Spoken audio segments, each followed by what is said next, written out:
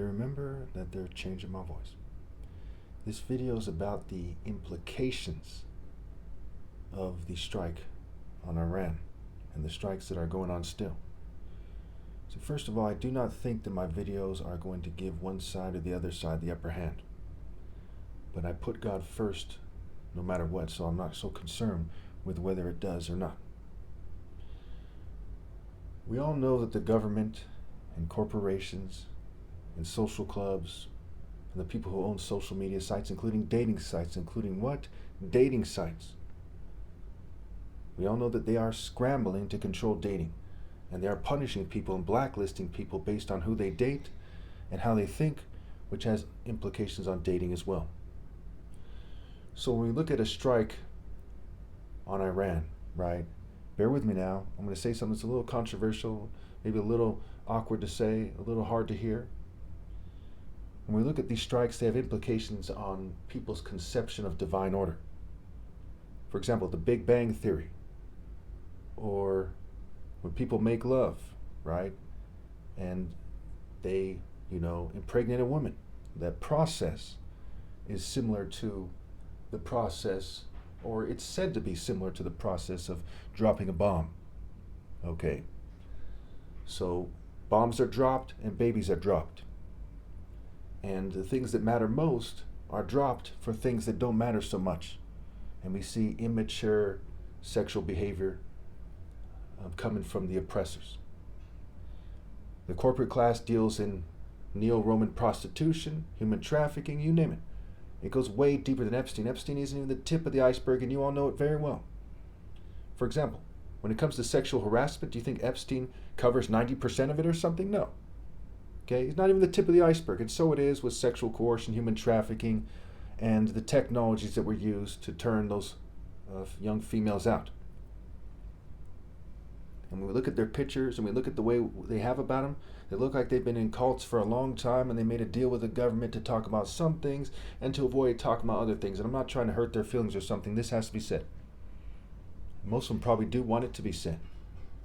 But they might not admit it because they're being coerced and threatened.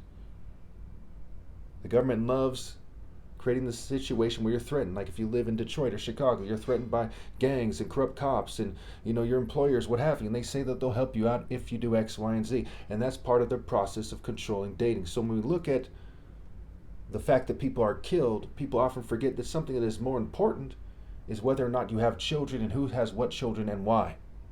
As they say, the children are the future, and people die all the time anyway. So there are domestic psychological operations that are taking place. And their center goals have to do with controlling moods, sentiments, emotions, and behaviors, especially behaviors in regards to dating.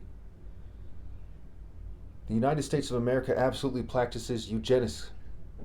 It's just who, what, when, where, how, why. They absolutely practice eugenics, and they absolutely target political dissidents. Even the President of the United States has said that the Justice Department has been weaponized against him in the past, and a lot of Democrats argue that it's being weaponized against them right now. We see that this is going on. So we must prioritize, right? What's more important than the fact that they're persecuting me, the top martial artist, the son of God, the one person who is a worthy leader? Can you imagine someone running against me? If I was to run for president, which I'm not going to do, it'll be the top martial artist ever possible versus some schmuck who's trying to cheat him out of his right to lead. And what kind of election would that be? So to avoid that from occurring, and to avoid, people giving me my rightful place, which is what they should do, right? They should give me my rightful place. They persecute me and suppress my videos, which is the essence of what it means to be the enemy of the United States of America, the enemy of democracy, the enemy of the people, but first and foremost, the enemy of God. Again, to persecute the most righteous person that ever lived in a country that claims to be a democracy is to be the enemy of that country. Whether it's the whole government doing it together or not, whether it's everyone else doing it together or not. Because a democracy needs informed consent. It needs to hear the voice of the most righteous person. Because there's a difference between a democracy and a system of complete idiots. There's a difference between being a liberal and being for individual rights and freedoms. and being a complete idiot who pretends they don't understand the difference between being a modern-day slave and being free. So when we look at Iran, America is saying that they ran away from their responsibility, and they're distracting you by bullying this other nation with another bully country, Israel. When we look at the Constitution, when we look at the sacred laws of God that transcend the Constitution, we see that you do not have to agree with the government to be a good person in a nation.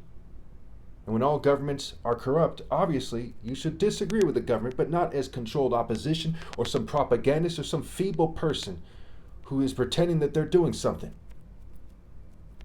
With me, I could tell you for sure, I'm putting God first. I have the moral repetition of the top martial arts ever possible. Again, what? The moral repetition of the top martial arts ever. I am doing something. Something. Hand sum. The sum total.